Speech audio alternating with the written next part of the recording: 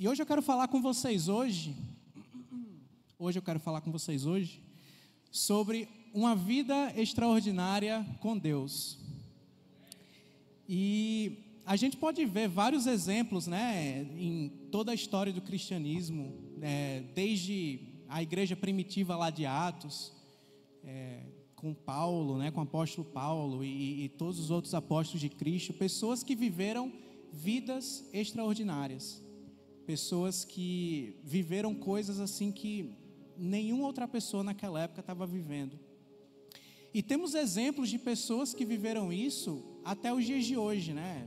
Século XIX, século XX, temos aí grandes avivalistas que fizeram a obra de Deus para estádios lotados, evangelizaram para presidentes, para a rainha da Inglaterra, né? Como o próprio Billy Graham.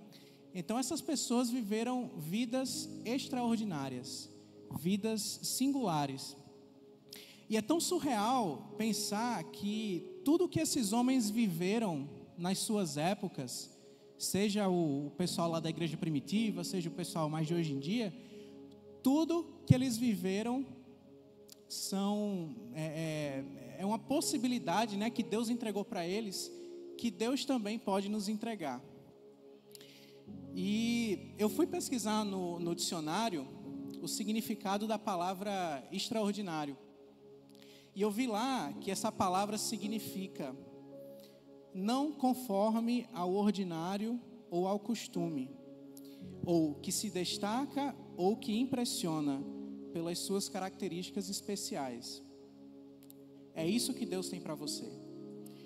Isso define perfeitamente os planos de Deus para a sua vida. Não é aquilo que é comum, que todo mundo está vivendo, ou que é normal, mas Deus tem algo para você que é sobrenatural, está acima desse patamar natural. Algo que nem eu nem você seríamos capazes de conceber, mas que Ele, por meio da sua graça, por meio do seu favor, da sua vontade, já concebeu e está pronto para nos entregar. Amém? Então como é que a gente chega lá? Como é que a gente passa a viver essa vida extraordinária? Como é que a gente sai do patamar que a gente está hoje e chega no patamar que Deus quer para as nossas vidas? Eu separei aqui para vocês 3 degraus, 3 passos que vai nos tirar de onde a gente está hoje para a vida extraordinária com Deus. Então acompanhe aqui comigo. O primeiro passo, a primeira coisa que nós temos que ter em mente é saber, ter a certeza de que Deus tem um plano para a sua vida. Então esse é o primeiro degrau, é saber que você está aqui na terra por um propósito. Você está aqui na terra porque Deus escolheu te colocar onde você está para realizar uma obra para o reino de Deus. Então existe lá na biologia, né, para o pessoal da área aí, que no caso não sou eu, mas existe algo lá chamado ciclo da vida. E o ciclo da vida diz que o ser humano, ele nasce, né? Ele cresce, ele se reproduz e ele morre. Esses são os 4 passos do ciclo da vida. Só que eu queria dizer para vocês hoje aqui que não é para isso que nós viemos para a Terra. Não é apenas para nascer, para aparecer aqui, crescer, fazer filhos e morrer. Pronto, não é isso, gente. Não é isso que Deus tem para a gente. Não é apenas isso que Deus tem para a gente. Nós não somos frutos de um acidente biológico, de acidentes na evolução humana que desencadearam na raça humana. Nós não somos isso. Nós somos criação de Deus. Nós somos seres com consciência, com coração e com razão. Então foi isso que Deus criou. Esse era o plano de Deus todo esse tempo. Colocar pessoas aqui na terra para que a gente cumprisse o plano dele, para que a gente levasse o reino de Deus para mais e mais pessoas, para que mais e mais pessoas conheçam o que Deus tem para cada um. Então ele conhece os nossos desejos mais profundos do coração. Antes mesmo da gente nascer, antes mesmo da gente cumprir, né, o primeiro passo do ciclo da vida, Deus já te conhecia, Deus já tinha te criado, já tinha te concebido, e Ele já tinha separado um propósito especial para a sua vida. Então Ele te separou para algo especial, e esse algo Ele já está no teu coração. Talvez você não tenha encontrado ainda, mas você vai encontrar, uma hora você vai encontrar. Então lá em Jeremias, capítulo 1, versículo 5, abre lá comigo. Jeremias, capítulo 1, versículo 5. Deus diz assim: antes do seu nascimento, quando você ainda estava na barriga da sua mãe, eu o escolhi e separei para que você fosse um profeta para as nações. Essa palavra aqui, ela foi para Jeremias. Então Deus falou assim para Jeremias: você está aí agora, mas eu já te conheço há muito tempo. Você estava na barriga da sua mãe e eu já tinha separado o seu propósito. Eu já sabia o que você ia fazer quando você nascesse, quando você crescesse. Você vai ser um profeta para as nações. E é isso que Deus tem para te entregar hoje. Como é que eu vou saber qual é o meu propósito? Como é que eu descubro isso? Então, o propósito que Deus nos entrega, ele é aquilo que faz o teu coração queimar. Eu não sei o que é que faz o teu coração queimar. Eu sei o que faz o meu coração queimar, mas eu não sei o que faz o teu coração queimar, porque cada pessoa tem um propósito específico. O meu propósito pode não ser o teu propósito pode não ser o do teu vizinho, mas todos nós temos um propósito que Deus colocou na nossa vida. É algo que você tem dentro de você, que você entende ser maior até do que a sua própria vida. Você sabe que você está fazendo aquilo ali, mas aquilo ali não é para você. Aquilo ali é para algo muito maior. E é através desse propósito que Deus colocou no teu coração que Ele vai executar os planos que Ele tem para a sua vida. Então o teu propósito pode aparecer, sei lá, em qualquer área da sua vida, em qualquer área. Na área acadêmica, na área profissional, na igreja, no teu ministério, não sei. Mas se dentro de você arde um desejo, por exemplo, sei lá, de abrir uma empresa, amém. Se esse é o teu propósito, Deus vai te prosperar e você vai ser um grande mantenedor do ministério de Deus. Se no teu coração arde o desejo de evangelizar para as nações, sei lá, Mateus, meu propósito é pregar para as nações. Amém, irmão. Deus vai te preparar.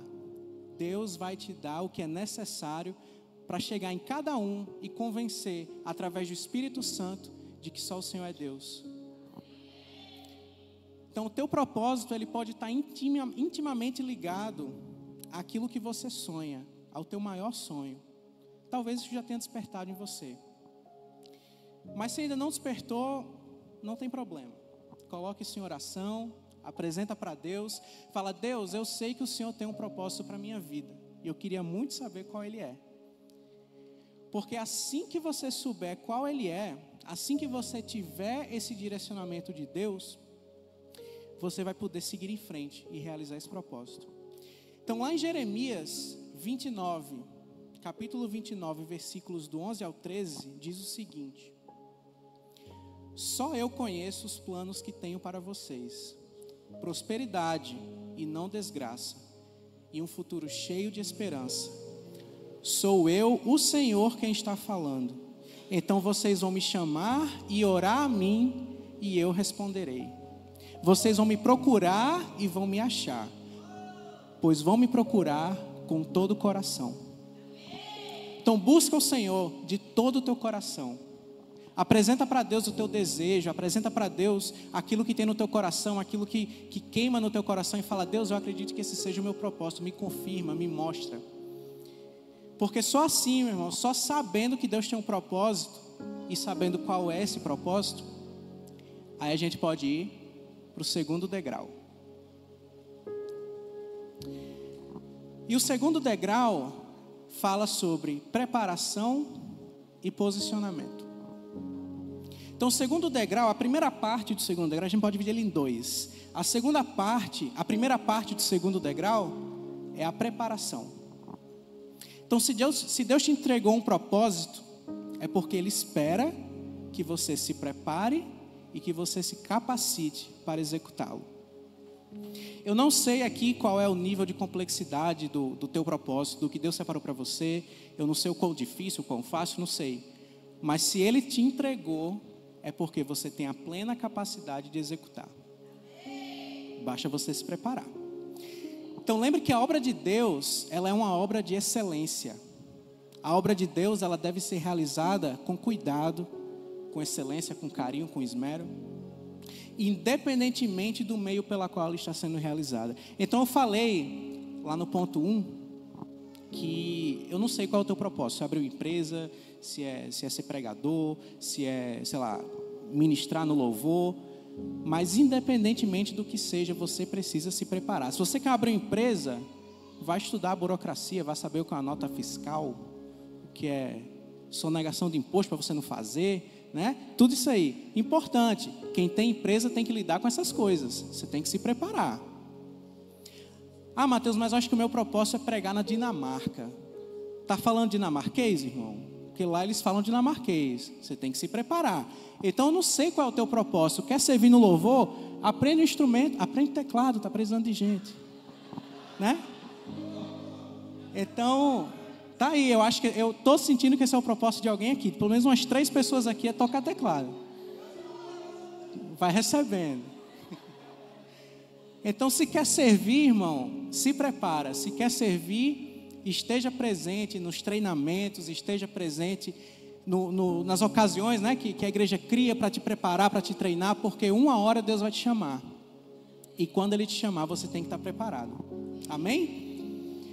Então, o processo de separação nada mais é do que um posicionamento. É um posicionamento que mostra para Deus que você tem fome do que Ele tem para você, do que Ele tem para a sua vida. Então, a partir do momento que você está disposto, a partir do momento que você tem fome, a partir do momento que você começa a se capacitar, que você começa a estudar, que você dá o primeiro passo, você fala assim para Deus: Deus, sei qual é o meu propósito, agora eu vou me preparar. Eu estou aqui fazendo a minha parte. Você mostra para Deus que o propósito que Ele te entregou, você está cuidando dele. Você está fazendo o que é necessário para executá-lo com sabedoria, para executá-lo com excelência. E esse posicionamento, ele leva à segunda metade do processo de preparação. Você se prepara, essa preparação é um posicionamento para Deus de que você tem fome e você tem sede de viver esse propósito. E isso leva à segunda etapa do processo de preparação. Então, na química, né, para quem gosta, existe lá um conceito chamado de catalisador. Então, catalisador, quando você tem uma reação química, aí para a galera do Enem, você tem uma reação química. A reação química transforma elemento X em elemento Y. É substância X em substância Y. E esse processo, né, essa transformação, essa reação, ela tem um certo tempo. Ela pode acontecer de forma instantânea ou ela pode ter um processo. Ela pode ter um tempo. Esse tempo pode ser dias, pode ser anos, pode ser o que for. Mas o catalisador é uma substância específica que, quando você coloca na reação, ela acelera a reação. Então, a reação que de repente duraria aí, 5 anos para acontecer, acontece em 30 segundos. Só porque você adicionou ali o catalisador. Aquele que acelera, aquele que leva do ponto A ao ponto B mais rápido. Então, quando você se posiciona, isso é muito parecido com o processo. Porque quando você se posiciona, Deus entra na sua vida como um catalisador. Se você se prepara, se você dá o primeiro passo e fala assim: Deus, eu estou me preparando, eu estou estudando, eu estou fazendo uma faculdade, eu estou me especializando, fazendo um mestrado, doutorado, não sei. Mas quando você começa a se preparar, um processo que talvez demoraria 3, 4, 5 anos, Deus entra nesse processo e faz acontecer em 30 dias, 60 dias, 6 meses, não sei. Mas Deus entra e Deus acelera, Deus faz acontecer. Então é isso que acontece quando você se posiciona. Deus acelera, Deus lhe dá o conhecimento necessário e a sabedoria necessária. Talvez aquela partezinha ali que estava faltando, Ele vai e completa. Então, se a gente ler lá em Jeremias, capítulo 1, versículos 6 a 10, vai dizer o seguinte: então eu disse, aqui Deus estava falando com Jeremias, e Deus chamou Jeremias, falou, é agora, irmão, bora? Aí Jeremias falou assim, Senhor, meu Deus, eu não sei como falar, pois sou muito jovem. Então ele estava posicionado, ele estava ali crescendo num lar ali de sacerdote, né? Porque o pai dele era, o pai dele chamado Ilquias, era um sacerdote ali da cidade onde eles viviam, e ele cresceu com isso no coração. Ele cresceu no meio de um lar sacerdotal, e ele começou a aprender, ele começou a viver isso, ele começou a ser imergido nesse ambiente. E aquilo ali Deus entendeu como um posicionamento. Ele falou, esse menino aqui está se preparando, ele está fazendo a parte dele, então vou chamar. Aí Deus foi e chamou. Aí ele falou, não, mas peraí, eu não sei falar, eu sou muito jovem. Mas o Senhor respondeu, versículo 7, mas o Senhor respondeu, não diga que é muito jovem, mas vá e fale com as pessoas a quem eu o enviar, e diga tudo o que eu mandar. Não tenha medo de ninguém, pois eu estarei com você para protegê-lo. Sou eu, o Senhor, quem está falando. Aí o Senhor fez mais. Já disse assim, você já está preparado, já pode ir, pode falar. Eu vou dizer tudo o que você tem para falar, não tem problema. Mas ele fez mais.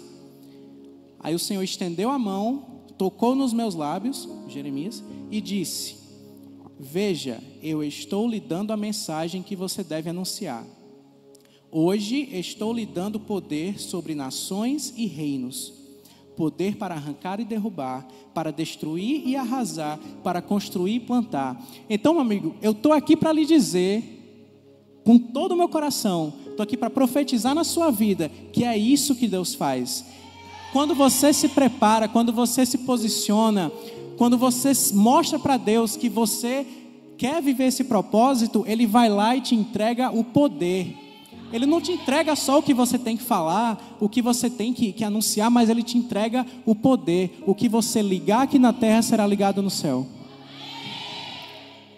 Então, por mais que você seja muito jovem, não sei, não tem muito dinheiro, eu não tenho muito dinheiro, não tenho como ir para as nações. Meu irmão, faz 60%, começa o processo, falou, Deus, tudo que eu tenho é isso aqui, 60%.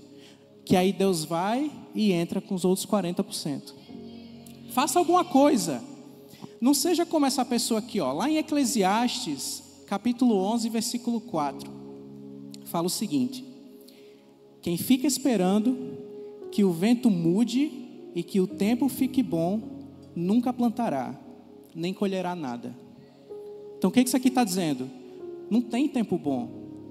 Se você está esperando as coisas ficarem favoráveis, você ser promovido no trabalho, se você está esperando, sei lá, a faculdade terminar para que você possa começar a fazer a obra de Deus, não tem tempo bom. Porque quando a faculdade terminar, você vai estar desempregado, aí você tem que conseguir um emprego, aí você vai começar a trabalhar.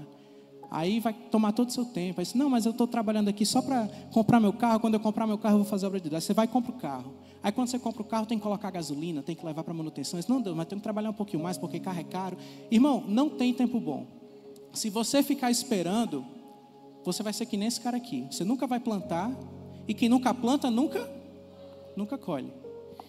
Então não adianta você ter só um sonho, não adianta você ter só o desejo no coração e não buscá-lo. Esperar para buscar só quando a situação for favorável. Dê o primeiro passo. Isso é posicionamento. Isso mostra para Deus que você está pronto para viver tudo aquilo que Ele tem para a sua vida. Amém? Então quem aqui está preparado? Quem aqui está se preparando? Amém? Porque na hora que você está se preparando, na hora que você se posiciona, que você fala assim, Deus, estou me preparando, estou estudando, vai dar certo, aí vem o terceiro degrau. E o terceiro degrau nada mais é do que viver o extraordinário. É que nem receita de miojo. Se você sabe o que você tem que fazer e você faz, você vive. Não tem para onde ir.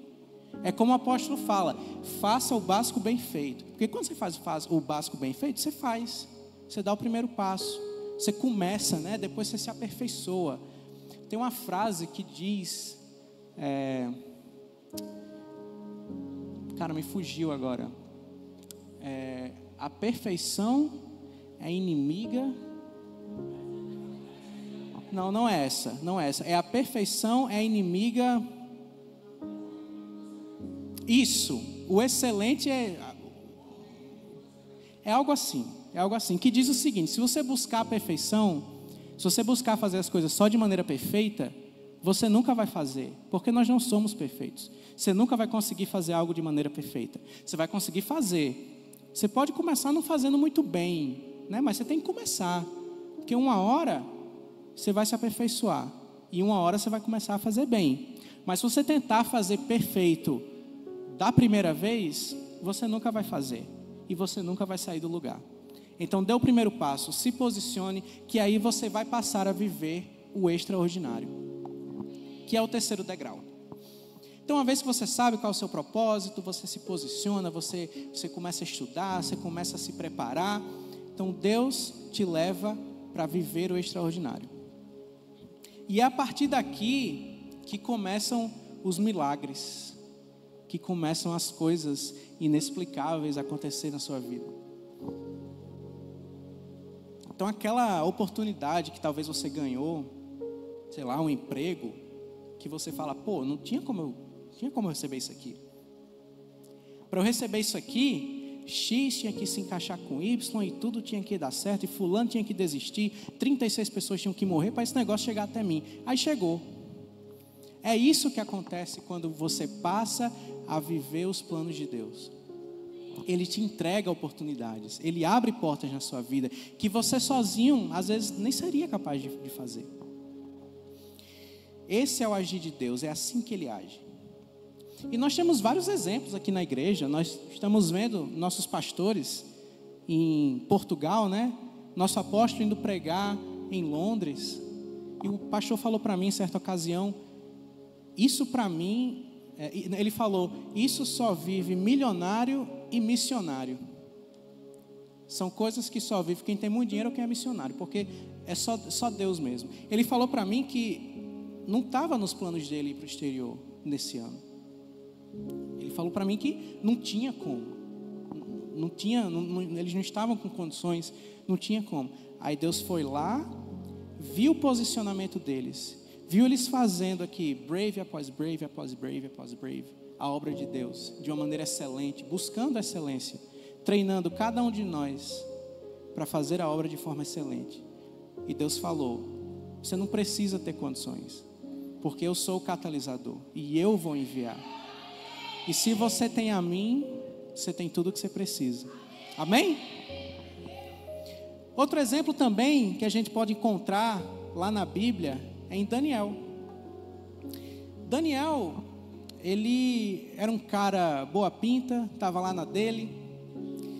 E aí quando a gente vê lá no Daniel capítulo 1, dos versículos 3 ao 6, a gente vê o seguinte: o rei Nabucodonosor chamou Aspenaz, o chefe dos serviços do palácio, e mandou que escolhesse entre os prisioneiros israelitas alguns jovens da família do rei e também das famílias nobres.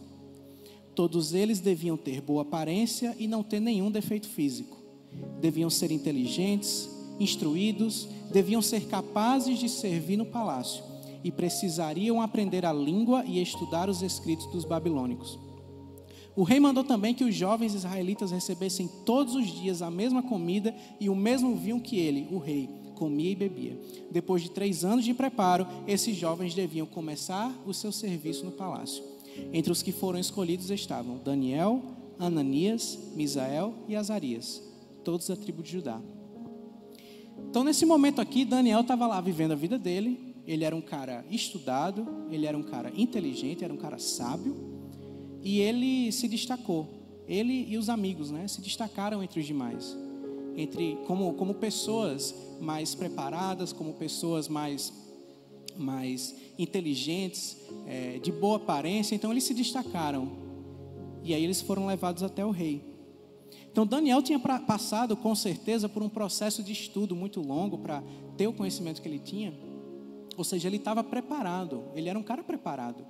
Naquele momento ele já tinha feito o que era necessário para Deus o enviar, para Deus colocar ele numa posição estratégica. Então nesse momento que ele foi convocado, né, pelo rei da Babilônia, ele era um cara estudado e ele era temente a Deus. Ou seja, ele estava posicionado. E ele sempre buscava se manter nos caminhos do Senhor. Isso que é o posicionamento. É você decidir não desviar, nem para a direita nem para a esquerda. Porque uma hora o teu propósito vai te chamar. Você tem que não só estar preparado, mas você também tem que estar nos caminhos do Senhor, para que Ele possa te conduzir. E aí quando a gente pula lá para o versículo 17, a gente vê o seguinte: Deus deu aos 4 jovens um conhecimento profundo dos escritos e das ciências dos babilônicos. Mas a Daniel deu também o dom de explicar visões e sonhos. Então isso aqui é Deus fazendo os outros 40%.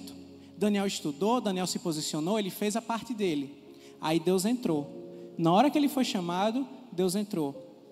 Deu para ele um conhecimento mais profundo dos escritos, né, e das ciências dos babilônicos.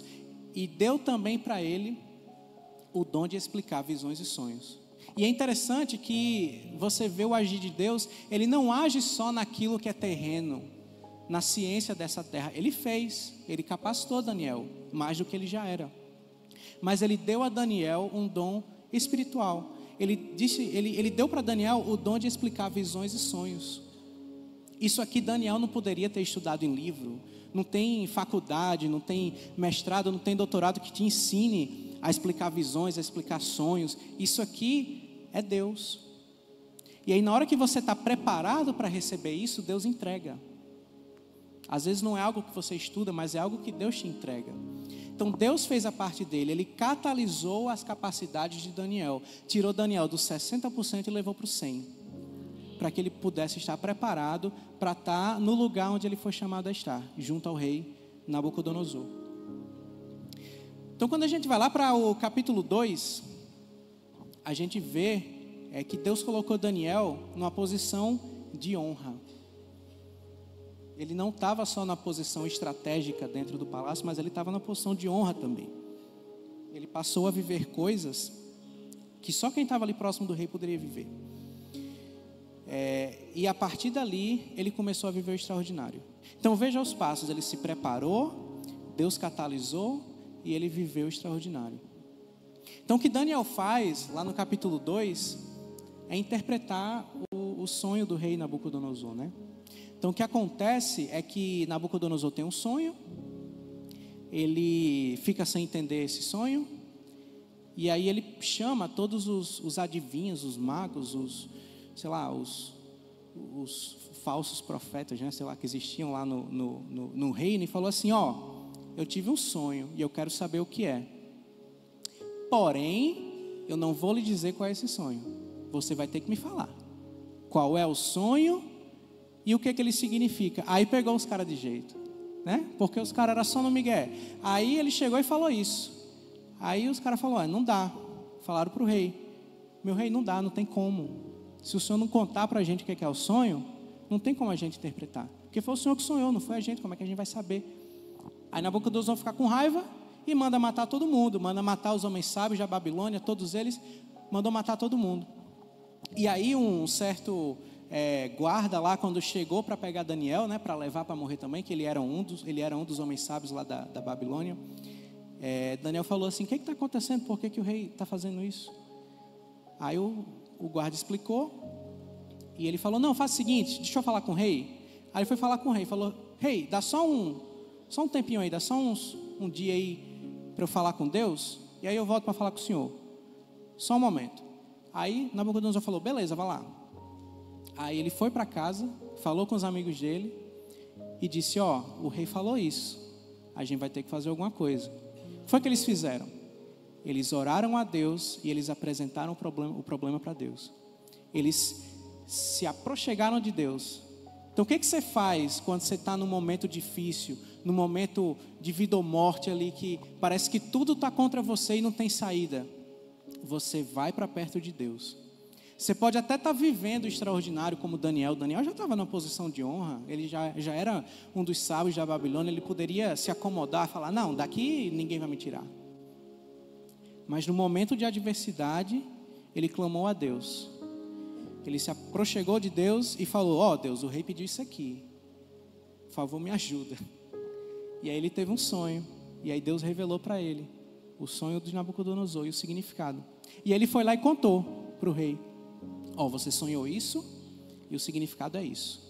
E aí lá no versículo 46 diz o seguinte, então o rei Nabucodonosor se ajoelhou diante de Daniel. O rei se ajoelhou diante do homem de Deus e encostou o rosto no chão. E depois ordenou que fossem apresentados a Daniel sacrifícios e incenso. E ele disse a Daniel, o Deus que vocês adoram é de fato o mais poderoso de todos os deuses e é o Senhor de todos os reis. Eu sei que é Ele quem explica mistérios, pois você me explicou este sonho misterioso. E em seguida, o rei colocou Daniel como alta autoridade do reino e lhe deu também muitos presentes de valor. Ele pôs Daniel como governador da província da Babilônia e o fez chefe de todos os sábios do país.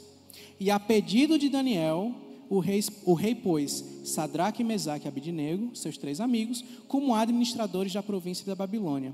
Mas Daniel ficou na corte real. Ou seja, 2 ensinamentos que essa palavra tem. O primeiro, quando Deus realiza coisas extraordinárias na sua vida, você automaticamente vai para posições de destaque, vai para posições estratégicas. E o segundo ensinamento, escolha suas amizades. Porque Daniel poderia ter ido sozinho, né? Falou, não, vamos levar os 3 caras que vieram comigo, né? São gente boa. Escolha suas amizades, isso é muito importante. E quando a gente vai lá para Daniel 3, o rei, ele ficou um pouco teimoso. Ele viu o que Deus fez na vida dele. Ele viu o que Deus fez através da vida de Daniel, mas eu acho que ele não se convenceu por completo. Porque lá no capítulo 3, o rei vai e faz uma estátua enorme de ouro. E diz assim, ó, agora todo o reino vai ter que adorar essa estátua. Vai ter uma hora aqui que vai todo mundo tocar uns negócios aqui, uns instrumentos, uns pandeiros, e todo mundo tem que se ajoelhar para a minha estátua. E Daniel e seus amigos se recusaram. E aí o rei ficou chateado. Falou, por que vocês não estão fazendo isso, gente? E aí lá no versículo 16, diz o seguinte, Daniel 3, versículo 16.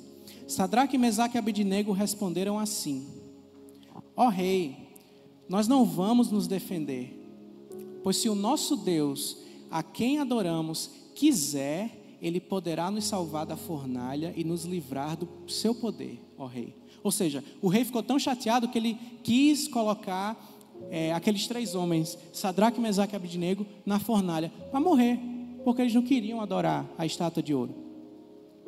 E mesmo que o nosso Deus não nos salve, o Senhor pode ficar sabendo que não prestaremos culto ao seu Deus, nem adoraremos a estátua de ouro que o Senhor mandou fazer. Então isso aqui, gente, é propósito. Às vezes a gente vê o propósito como uma coisa muito legal, como uma coisa assim, massa que a gente vai viver, mas propósito também é coragem. Se Deus te colocar numa terra completamente aversa ao cristianismo, onde você vai ser perseguido, você vai ter essa coragem? Você tem que ter. Porque é isso aqui que Deus tem pra gente. Ele fala, se o nosso Deus não nos salvar, não tem problema, a gente não vai adorar do mesmo jeito. Porque o que tem lá no céu, o que tem na eternidade, é muito melhor do que isso aqui. E quando Nabucodonosor ouviu isso, versículo 19, ele ficou furioso com os 3 jovens, vermelho de raiva, mandou que se esquentasse a fornalha 7 vezes mais do que de costume. Depois mandou que os seus soldados mais fortes amarrassem Sadraque, Mesaque e Abednego e os jogassem na fornalha. E os 3 jovens, completamente vestidos com seus mantos, capas, chapéus e todas as outras roupas, foram amarrados e jogados na fornalha. E a ordem do rei tinha sido cumprida, e a fornalha estava mais quente do que nunca. Por isso, as labaredas mataram os soldados que jogaram os 3 jovens lá dentro. Ou seja, estava tão quente que o cara que foi lá abrir a portinha para jogar os caras morreu, de tão quente que estava. E amarrados, Sadraque, Mesaque e Abdinego caíram na fornalha. De repente, Nabucodonosor se levantou e perguntou, muito espantado, aos seus conselheiros: não foram 3 homens que amarramos e jogamos na fornalha? Eles responderam: sim, Senhor. Como é então que estou vendo 4 homens andando soltos na fornalha? Perguntou o rei. Eles estão passeando lá dentro sem sofrer nada. E o 4º homem parece um anjo. Aí o rei chegou perto da porta da fornalha e gritou: Sadraque, Mesaque e Abdinego, servos do Deus Altíssimo, saiam daí e venham cá. E eles saíram da fornalha. Ou seja, eles tinham acabado de viver o sobrenatural de Deus. Eles se posicionaram e falaram assim: a gente vai, mas se a gente morrer não tem problema, a gente está com Deus. E Deus foi lá e honrou eles, mandou um anjo. Eles entraram na fornalha e não sofreram nada. Então imagina aí o sentimento que esses caras não deviam estar vivendo naquele momento, porque eles não só viveram experiência com Deus, eles não só passaram por uma experiência extraordinária com Deus, mas foi dentro da fornalha, cara. Imagina. Versículo 27, e todas as autoridades que estavam ali chegaram perto deles e viram que o fogo não havia feito nenhum mal a eles. As labaredas não tinham chamuscado nem um cabelo da sua cabeça, as suas roupas não estavam queimadas e eles não estavam com cheiro de fumaça. Irmão, a gente mora no Nordeste, não pode ter um São João, né, que tem um bocado de fogueira, os cabelos já ficam cheirando a fumaça, fica aquela fumaça no meio da rua, todo mundo com sinusite, rinite, artrite, né? Dá tudo.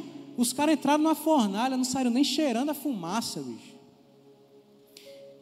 Cadê? Chega, me perdi. 28, obrigado.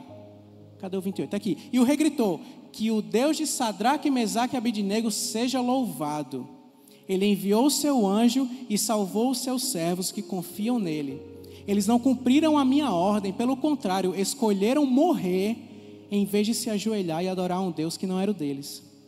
Por isso ordeno que qualquer pessoa, seja qual for sua raça, nação ou língua, que insultar o nome do Deus de Sadraque, Mesaque e Abdinego, seja cortada em pedaços e que a sua casa seja completamente arrasada. Pois não há outro Deus que possa salvar como este. Amém? Pode aplaudir.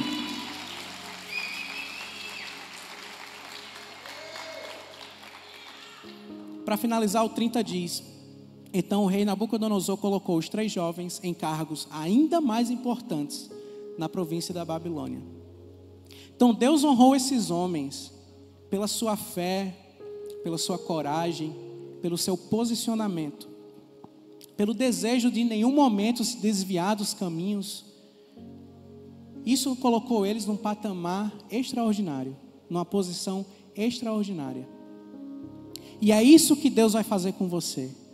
A partir do momento que você se posicionar, você vai viver o extraordinário.